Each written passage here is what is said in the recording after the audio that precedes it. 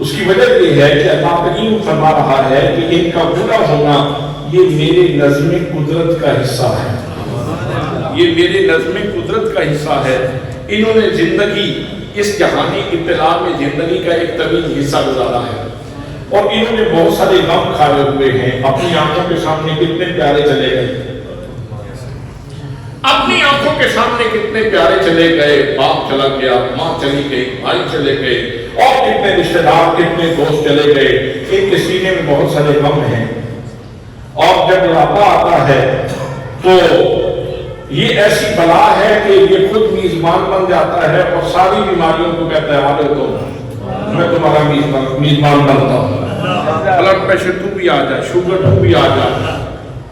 ساری بیماریوں کو بلا کے کہتا ہے میں تمہارا میزبان بنتا ہوں، تم جس کے اوپر حملہ کر دو۔ اور جیسے جیسے بندے کے اوپر بیماریاں آتی ہیں، تکلیفیں آتی ہیں، تو اللہ کے پیارے محبوب صلی اللہ تعالیٰ علیہ وسلم ارشاد فرماتے ہیں کہ ویسے ہی اس کے گناہ معاف ہوتے رہتے ہیں، گناہ معاف ہوتے رہتے ہیں۔ تو فرمایا جا رہا ہے کہ یہ بڑھاپا آنا یہ میرے نظم قدرت کا حصہ ہے، یہ میری مشیت ہے، لیکن ان کے سامنے تم نے اف نہیں کرنی، اس لیے کہ ان کے مزاج کے اوپر گرا نہ گزرے۔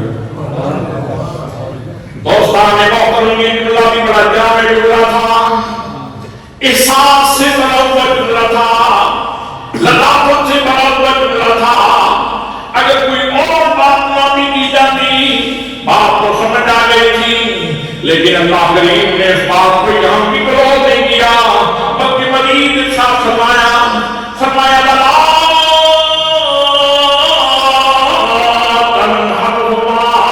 فرمایا میرے بندو، اگر رشتہ بندگی میرے ساتھ رکھتے ہو تو یاد رکھنا کبھی بھی اپنے والدین کو جھڑکنا نہیں ہے،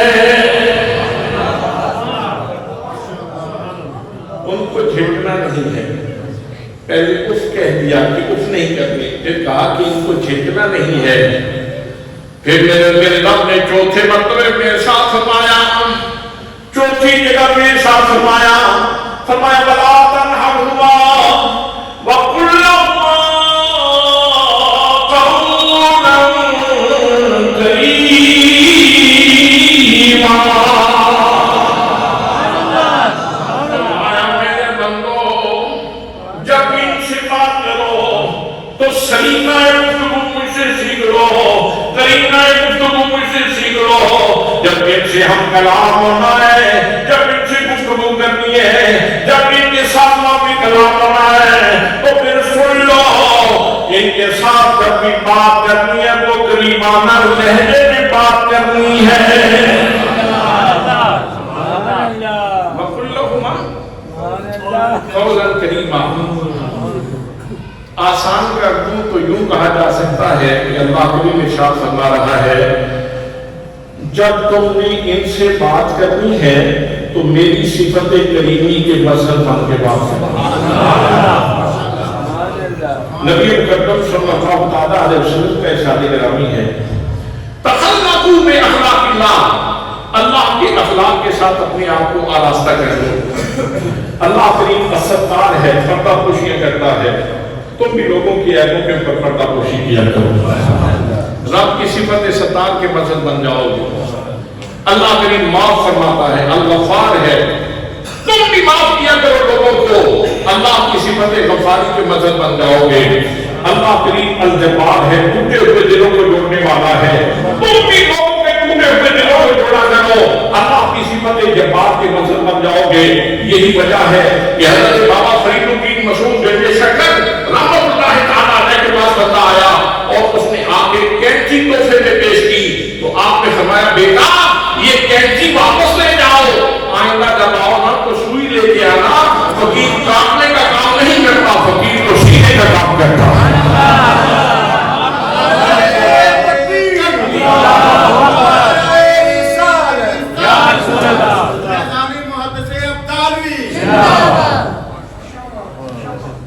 تو حضرات یہاں فرمایا جا رہا ہے کہ جب والدین سے بات کرنی ہے تو میری صفت کریمی کے مظہر بن جاؤ، صفت کریم کی۔